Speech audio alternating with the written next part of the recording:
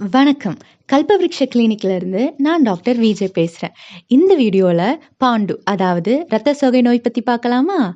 இந்த நோய் ஆயுர்வேதத்தை பொறுத்தவரை எதனால வருதுன்னா, காரம், உப்பு, புளிப்பு சுவை உள்ள ஆகாரம் அதிகமா எடுத்துக்கிறதுனால, உடல் சூடு அதிகரிக்க மாதிரி ஃபுட் எடுத்துக்கிறதுனால, உளுந்து, நல்லெண்ணெய்லாம் ஆகாரத்துல நிறைய சேர்த்துக்கிறதுனால, பகல்ல தூங்குறதுனால, ஆகாரம் செரிக்கிறதுக்கு முன்னாடியே எக்ஸர்சைஸ் பண்றது, கிளைமேட்டுக்கு ஏத்த மாரி சாப்பிடாம இருக்கிறது, யூரின், மோஷன் இப்படிப்பட்ட நேச்சுரல் அர்ஜஸை சப்ரஸ் பண்றது, அதிகமா கோவம், பயம், சோகம், யோசிக்கிறது இதனால பித்தம் அதிகமாகி பாண்டு அதாவது இரத்த சோகைங்கிற நோய் ஏற்படுது. உங்க ஹெச்பி லெவல் ரொம்ப கம்மியா இருந்தா இன்டர்னல் மெடிகேஷன் அண்ட் ட்ரீட்மெண்ட் ரொம்பவே முக்கியம்.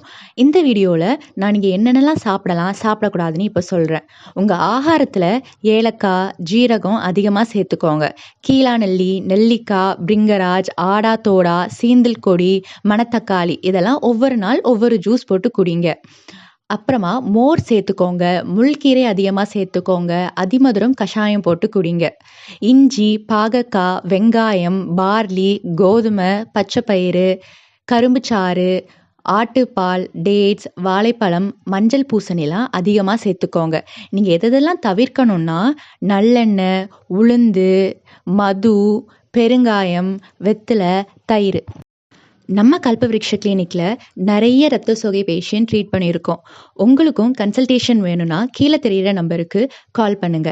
இன்டர்னல் மெடிகேஷன், எக்ஸ்டர்னல் ட்ரீட்மெண்ட் ரெண்டுமே அவைலபிள்.